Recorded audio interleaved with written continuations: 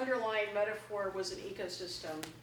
And part of talking about an ecosystem, you know, the social systems all interact. So you have education and you have the economy and all of that. And so we started out, mostly because I'm in this group, in very abstract land with what is an ecosystem, you know, that has sustainability and a continual feedback loop that has, you know, like when the tree produces the acorns, it overproduces the acorns, but that's important to the health of the social system because the social system, you know, needs to also feed the animals and feed the, you know, and so it's not just about growing more trees. And so we started out way in La La Land with our metaphor of what it is to have an ecosystem.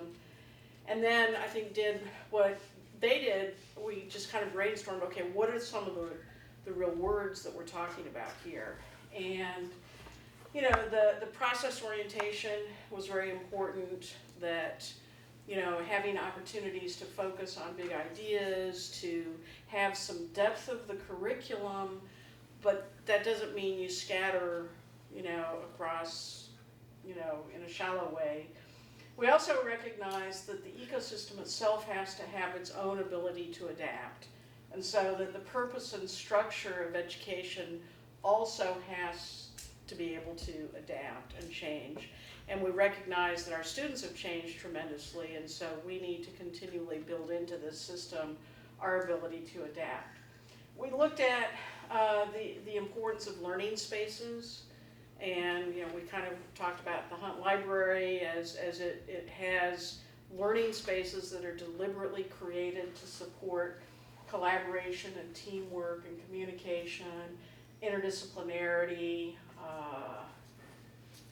multiple approaches, great teachers, and so the space itself having an opportunity to support learning is an important part of it. We didn't specifically talk about technology, but I think that is also part of that. We had a good discussion on disciplinary rigor and relevance. We at one point with our son had fun in it because we heard someone say fun, but then we erased fun because it's not that fun is part of you know, but being engaged and being, you know, seeing that what you're learning is relevant becomes important. So that's where the disciplinary rigor and relevance came in. And part of that disciplinary rigor also, when you look at our ecosystem, there are certain foundations that support that ecosystem. And we didn't really get into what those were, but we did have a sense that there needed to be some common things that students needed to know or be able to do that were important, but that they also needed to be able to have a lot of individuality and opportunities to develop their own interests.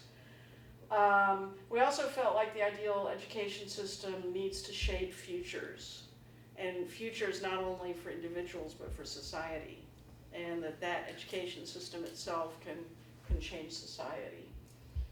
Did I leave anything out? We have a river flow in there because we also recognize, you know, the dynamics of, you know, no man can step in the same river twice. You know, the idea that this all has to be very flowing.